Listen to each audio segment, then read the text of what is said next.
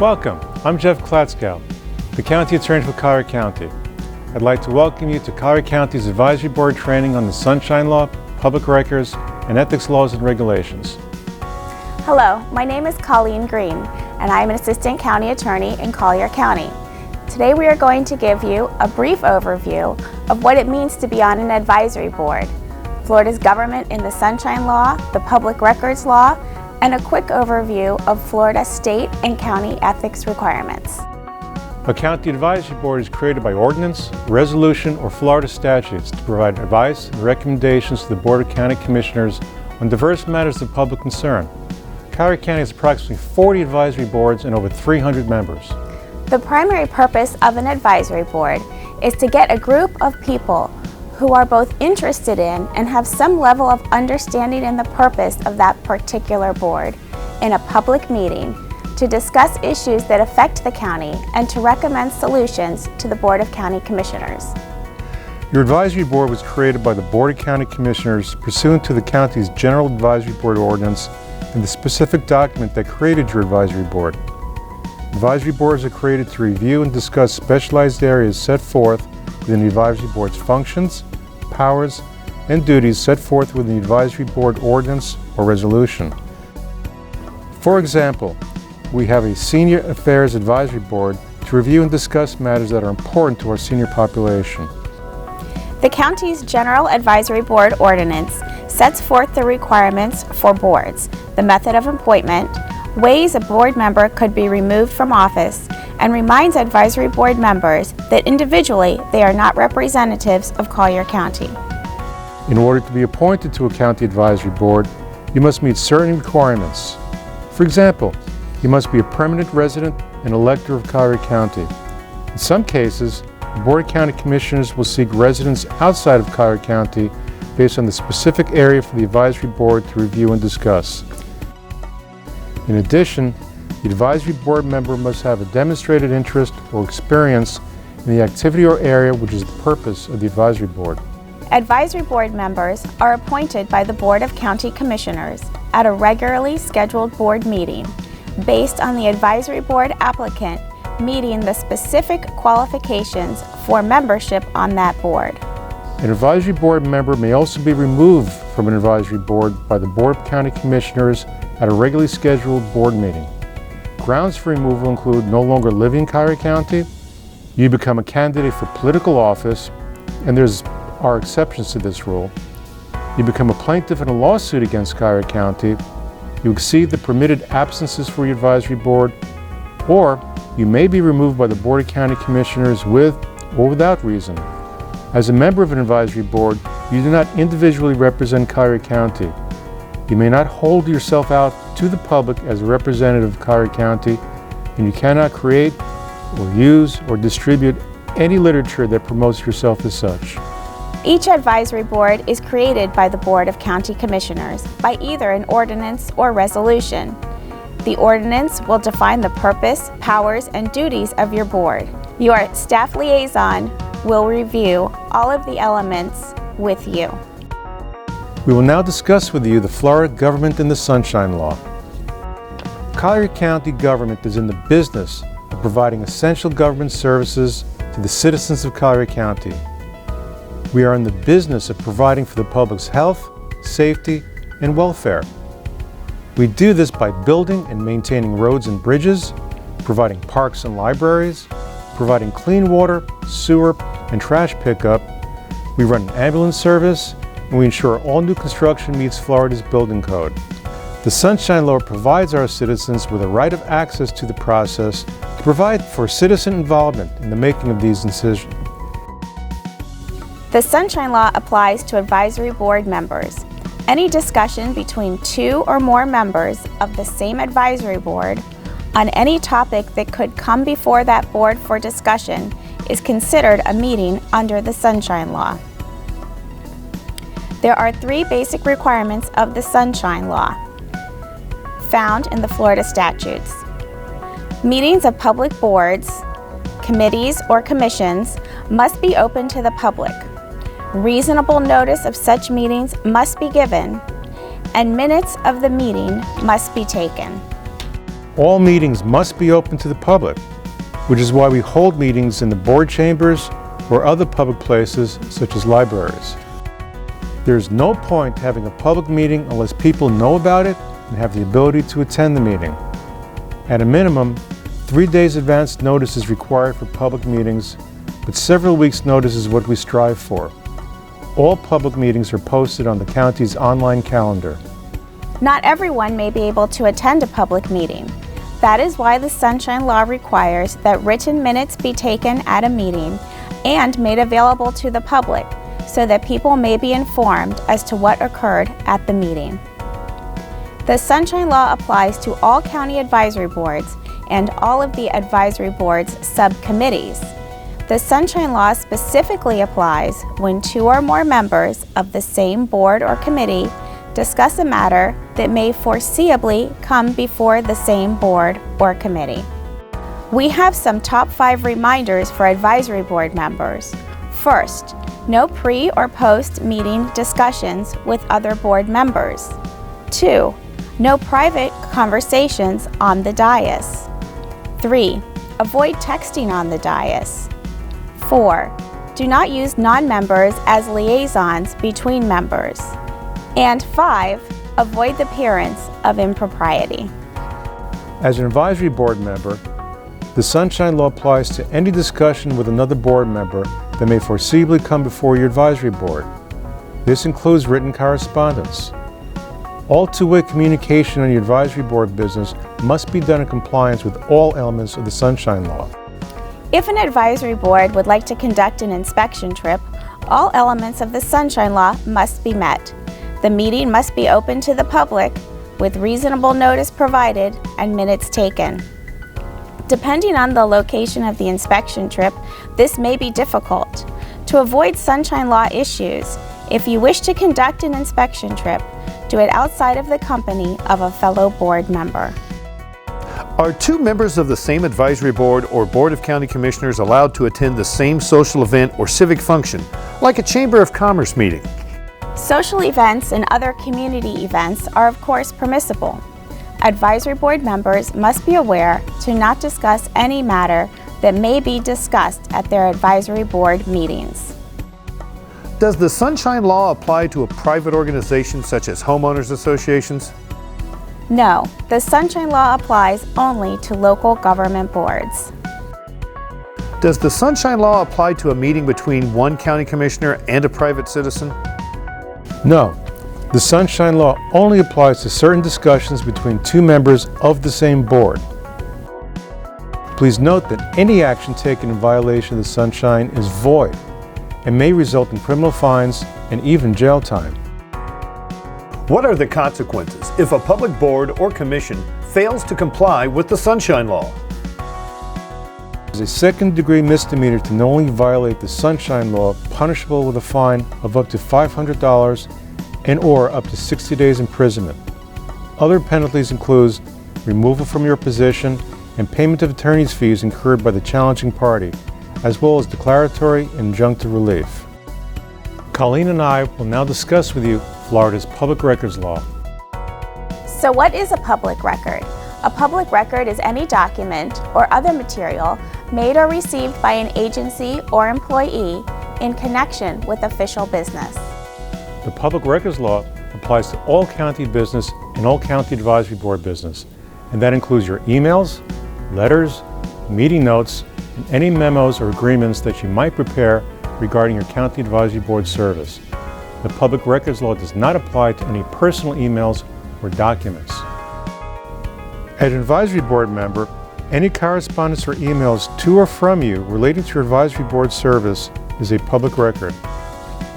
Public records must be maintained pursuant to Florida law. I recommend saving your county-related documents on a computer or disk or as a hard copy. When leaving your county advisory board service, you may provide all of the public records in your possession to your county staff liaison. Remember that you cannot have two-way communication outside of the Sunshine Law with fellow advisory board members, so any one-way communication should be directed towards your staff liaison. Any email communications regarding your advisory board service becomes public records. This includes your email address and the email address of the person that you are communicating with. Certain public records are protected, such as Social Security numbers. The County Attorney's Office reviews responses to public records requests for any exemptions that may apply. The county has a formal written process on handling public records requests. Any public records requests that you receive should be forwarded to your county staff liaison. A violation of the Public Records Act carries both civil and criminal penalties. How does someone make a public records request? A public records request may be as formal as a written request or as informal as a telephone call, with everything in between. Is the person making the request required to fill out an application or other form? No. The important thing is to find out what records are being asked for and getting a copy of those records to the requester within a reasonable time. Please forward any public records requests that you may receive to your county staff liaison. We will now chat with you regarding the problems with using social media for public business. So what do we mean by social media? Social media tools include Facebook, Twitter, instant messaging, YouTube, and Instagram. Florida's sunshine and public records laws were written years ago in an era of file cabinets. With that said, there is no social media exception to the sunshine and public records laws. All county-related records are public records. It doesn't matter if the record is an email on your computer, a tweet, or other social media posting. Social media activity is a public record. Regardless of the platform, if the post, tweet, image, or other material otherwise meets the standards for a public record, it is a public record. It must be retained, and it must be producible for inspection or copying if requested. Advisory board members must not engage in any discussion or exchange on social media on any matter that may foreseeably come before the advisory board. This includes comments being exchanged on a matter that may be discussed at your advisory board between two or more members of the same advisory board on any type of social media platform. Should I ever use my personal social media for county advisory board business? No, we recommend against doing this. An advisory board member may inadvertently violate either the public records law or the sunshine law. Colleen and I will now discuss with you both state and Collier County ethics laws. A county advisory board member cannot say that he or she was not aware of the ethics laws that apply to each of you as advisory board members. The purpose of our presentation today is to make all advisory board members aware of the ethics laws that apply so that you may contact the county attorney's office when faced with a potential ethics issue. There are two areas of ethics laws that apply to you as county advisory board members. First is state law, found in Chapter 112 of the Florida Statutes, and second is Collier County Ethics Ordinance, which is our local law. Jeff will now briefly discuss the state ethics law. Florida law provides that neither you nor your family can take anything from anybody in connection with your county advisory board service. This provision applies to county employees and advisory board members. You may not accept anything of value in connection with your advisory board service. For example, advisory board members and their families may not be provided with free admission or membership to a local event or club based on his or her service to an advisory board. Florida law provides that there is nothing about your county advisory board service that entitles you to any benefit or special treatment from any body. An advisory board member cannot enjoy a free lunch from a local restaurant or person doing business with the advisory board with the expectation that the advisory board member's service would be influenced one way or the other. Pursuant to Florida law, you cannot profit from information you receive in connection with your county advisory board service. This is a matter of professional responsibility. An example would be an advisory board member buying land knowing that the county will be needing it for a future road project. Under Florida law, if you have a private business, you cannot do business with the county. A county advisory board member who owns a family screen printing business cannot sell t-shirts to the Parks and Recreation Department. Another example is a county advisory board member who owns a landscaping company. That person cannot enter into a contract with the county to provide landscaping services to the county. There is an exception to these rules for advisory board members. The Board of County Commissioners can waive these rules with a supermajority vote of the board. You will need to review the potential conflict with your staff liaison and the county attorney's office. Under Florida law, as an advisory board member, you are required to vote on matters that come before your board for a vote unless there is an actual conflict or perceived conflict. Provided that you have reviewed your agenda prior to the meeting, you will be aware of matters that may present a conflict for you. Should you see an actual perceived conflict, call us to discuss. We will provide you with the necessary form to complete for the voting conflict. An advisory board member may not vote on any matter which may benefit you in any way or benefit a relative or business associate. Should a matter be discussed at your advisory board where you believe you may receive a benefit from it, please see us and we will review it with you prior to the meeting. When in doubt, abstain from voting to avoid a potential conflict. There are exemptions to voting conflicts which may apply. For example, at the time of the vote, the benefit may be remote or speculative or uncertain. Or, depending on the size and the number of people affected, the class may be so large that there may not be a special benefit to you as an advisory board member. If you have a voting conflict, you must not vote on the matter. You must announce the nature of the conflict before the vote takes place and file a memorandum of voting conflict. Your staff liaison will assist you with the process.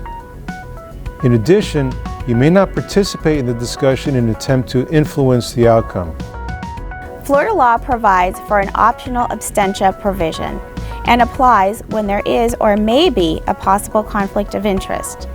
You may abstain from voting in order to avoid any perceived bias or prejudice.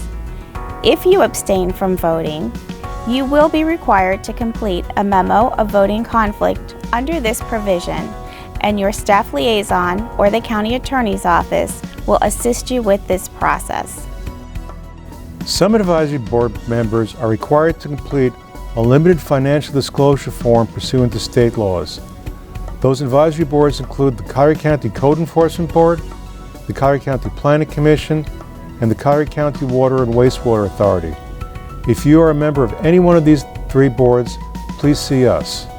In addition to being removed from your advisory board, you are subject to a state fine up to $10,000. We will now discuss the Collier County Ethics Ordinance.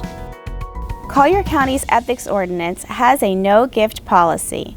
Like the state, county employees and advisory board members are prohibited from accepting any gift or any other thing of monetary value from anyone that has an interest that may be affected by the performance or non-performance of their duties. There are limited exceptions to the no-gift policy. Some of these exceptions include gifts from relatives, unsolicited advertising or promotional materials, gifts for participation in a seminar, an award of nominal commercial value, and food or beverage when offered to all attendees at a conference or business meeting up to a $4 value. When in doubt, please ask. Better yet, just say no or pay for the food or beverage yourself. Depending upon the severity of the violation, your primary punishment for violating the county ethics ordinance will be removal from service on the advisory board. Note that violating the county's ethics ordinance may violate the state ethics laws as well. What are the most common violations of the county's ethics ordinance? Every year we get questions involving Christmas or holiday gifts. Gifts from the public or those whom you do county business with may not be accepted and must be returned. The county ethics ordinance is very strict. If anyone tries to pay for your lunch in connection with your county job, please say no and pay for your own lunch. With all that said, If you ever have any question involving an ethics issue, please call us. We are not the ethics police. We are here to help you, and we will keep your question confidential. My advice, call us, don't email us. Again, remember, emails are public records. If you want, we will gladly give you a written legal opinion on what you can or cannot do. We cannot help you after the fact. When in doubt, please call us.